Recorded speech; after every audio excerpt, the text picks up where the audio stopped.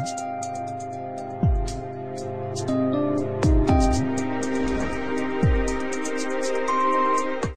afternoon. Welcome to Daily Currency Update from the Currency Desk. On Friday, we saw a very strong dollar dominating the markets, and overall dollar gained against all the major currencies across the globe. This trend, particularly in India, was mainly seen because we had a weak domestic equity markets performing badly on Friday. We had a few earnings coming out bad, so due to which we had some support for the dollar against the Indian rupee. Again, in the international markets, we saw the euro weaken against the US dollar. Now, due to this sentiment as well, we saw the dollar strengthen against the Indian rupee.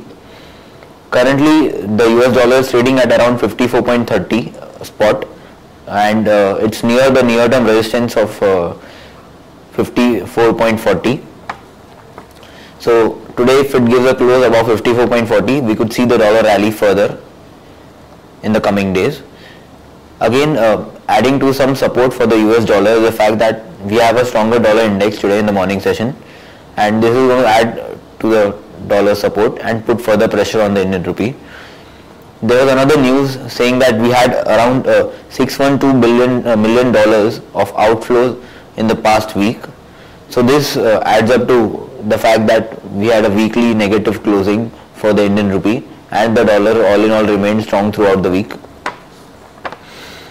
Considering the current uptrend, we could see the USD INR rate cross above 54.40, but we would advise to buy only above 54.40 levels, and above that we can well target levels of around 54.85 from there on.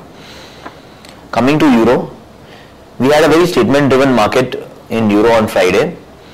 There was a statement from ECB member Wiedmann stating that they are not of the view that euro is currently overvalued or undervalued. So due to this, we had some sideways, some wild fluctuation in the euro, and based on this, we saw the euro INR pair also move strongly.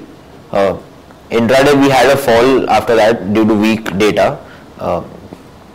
Overall, the investors are holding on to the sentiment that the overall GDP growth figure came out lower than expected for the European Union, and despite the trade data on Friday coming in better than expected, we did not see any positive reaction from the markets in the euro.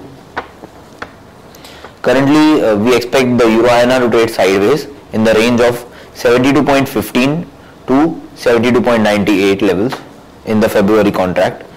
Coming to pound, there was another addition to the actual bleak data, the string of bleak data that we had from the UK economy.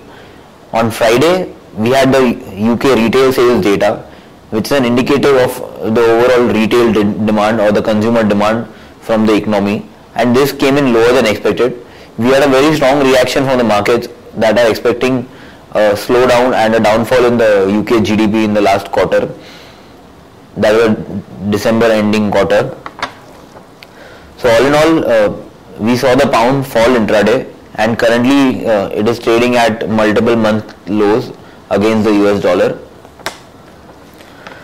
We recommend a sell technically only below 84.13 levels, where we see some strong support for the GBP, that is the pound, against the Indian rupee.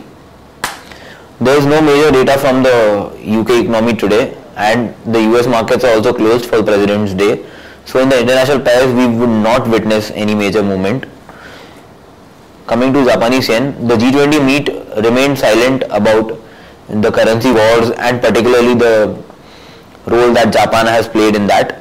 They have diplomatically stated that that is not a currency war, it is more of a currency concern, and all the central banks are trying to manage their currency movement and the currency risk that their economy is facing. Also, we had the the Japanese officials justifying their move as a step to revive their economy rather than something to do with devaluing the currency. So all in all, this statement turned out to be slightly positive for the USD JPY pair, and as a reaction to this, we had the Japanese yen depreciate today in the morning session.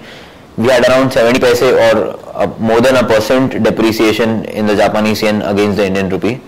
So in the near term, we can expect some rebounds despite the G20 taking a diplomatic stance in the Japanese yen devaluation issue.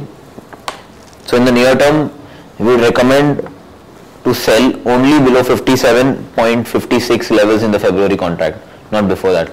Thank you.